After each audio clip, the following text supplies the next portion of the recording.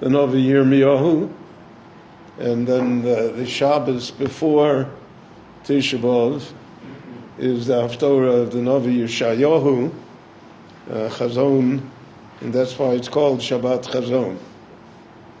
But these 2 weeks are the Novi Yirmiyahu. So this week's Haftorah is Divrei Yirmiyahu ben Chilkiyahu, Min HaKohanim Asher Banatot, Eretz Binyamin. And next week's Haftorah is also the Novi Yirmiyahu Shimu Dvar Hashem.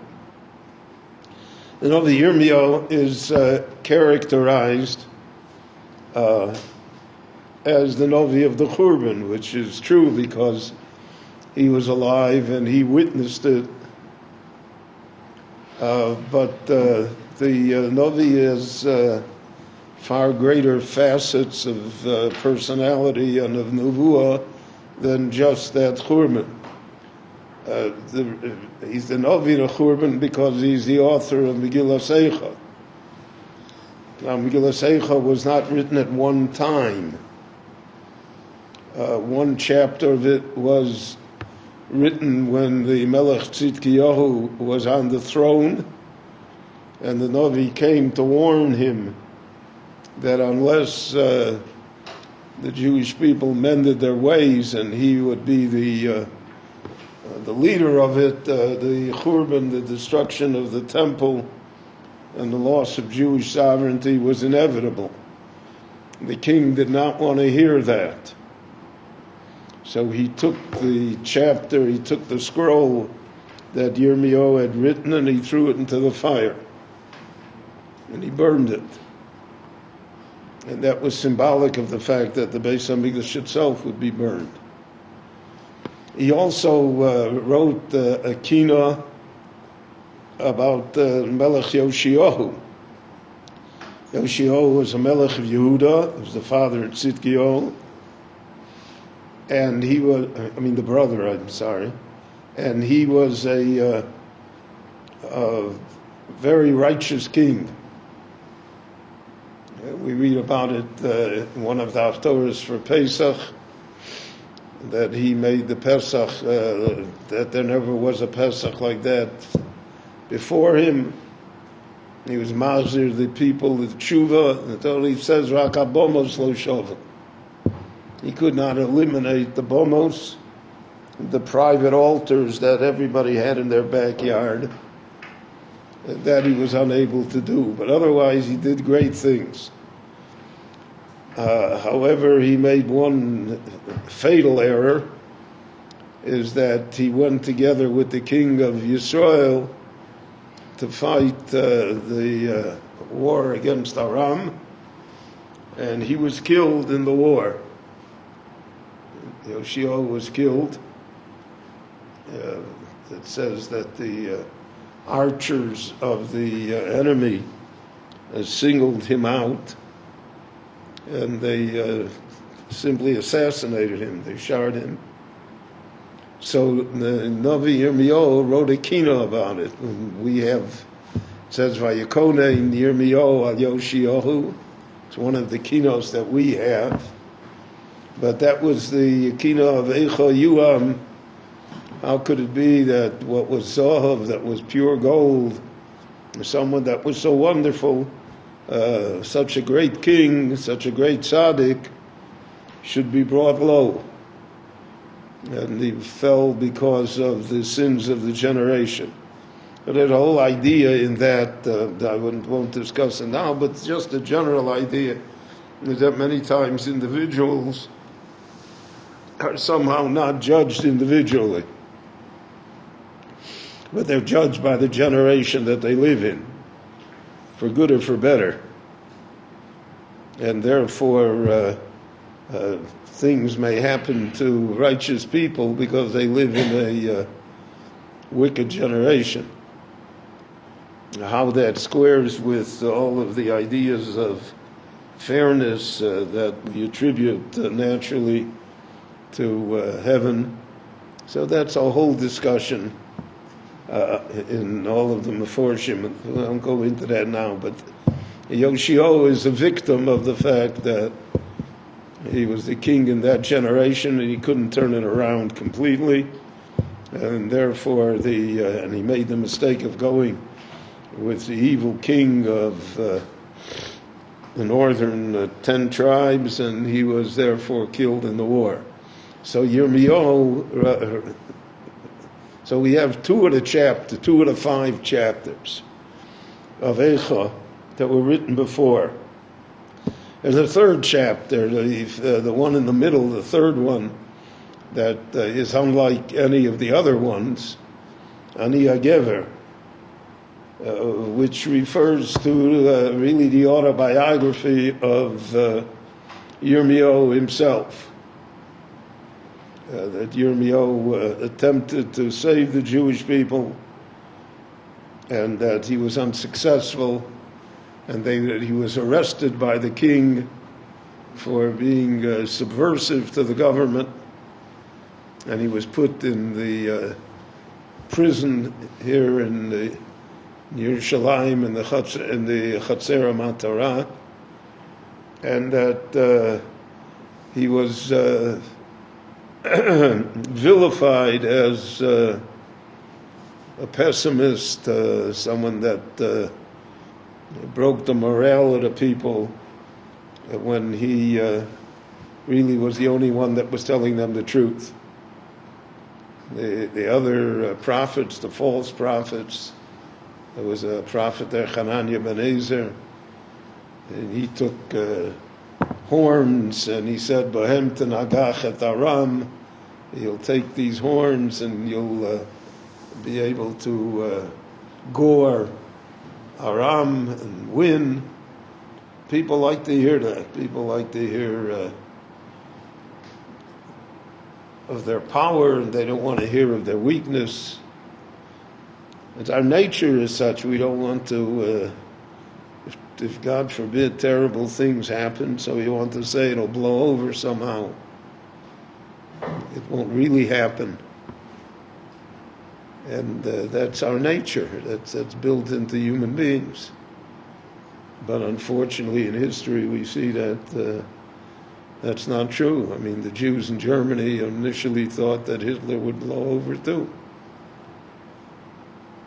It didn't blow over. So Yirmiyahu is part of that. So we have those chapters in Eicha. So the Sefer was put together with the other 2 chapters. And so he was the author of the Megillah Eicha, which naturally labels him as the author of the Churban.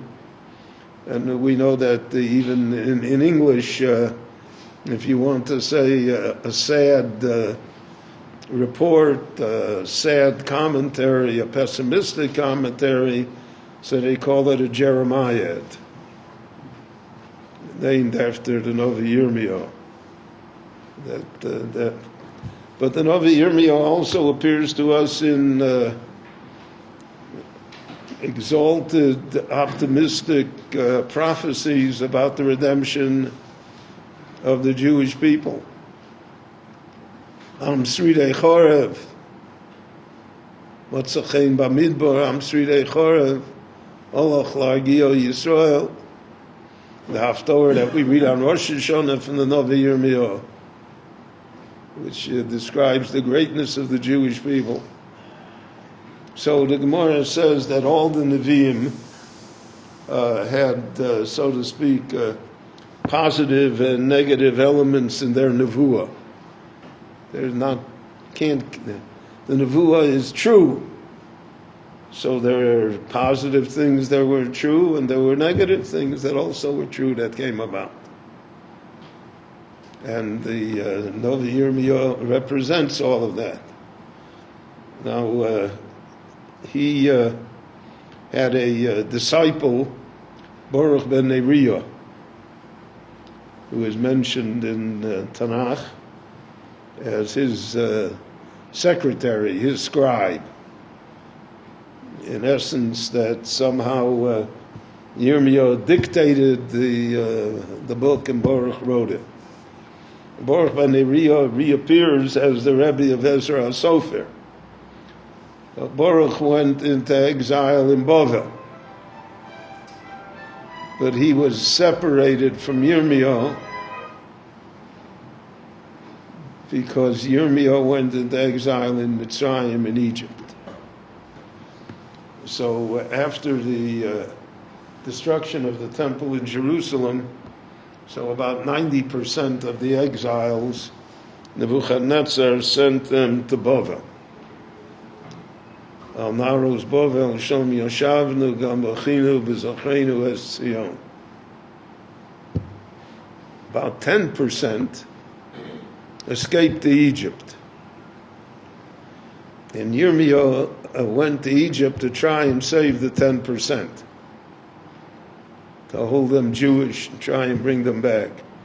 Now the Gemara says that one of the things that happened to the Aseres HaShvatim, to the 10 tribes, so there are all sorts of opinions, whether they're lost, whether they still exist, but the prevalent theory in the Gemara is that Yirmiyahu gathered them v'echziron liYehuda. He found the remnants wherever they were in the area of Eretz Yisrael, those that survived and weren't driven out, and he brought them back under the jurisdiction of the Shevet Yehuda. So that being the case, we would have within us today descendants of all of the tribes of Israel. And even though the majority and the strongest are from Shevet Yehuda and then Shevet Levi.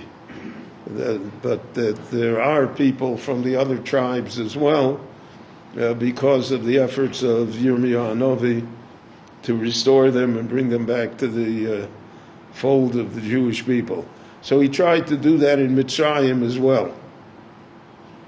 And from the time of Yirmiyahu onwards, for the next,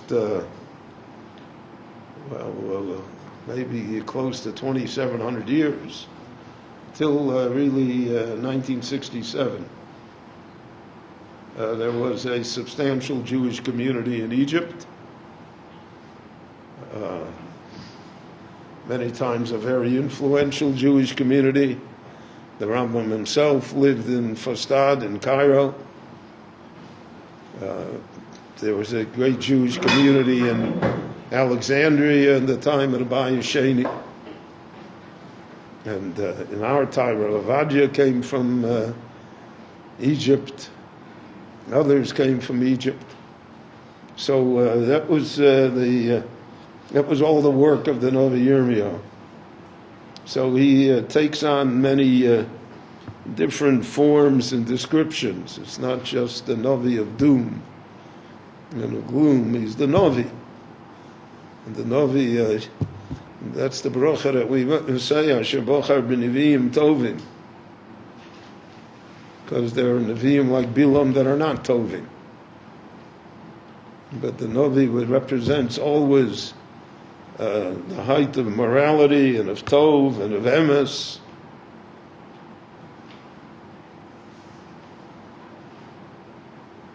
And we say that to be Nevi'ei or Emes v'tzedek.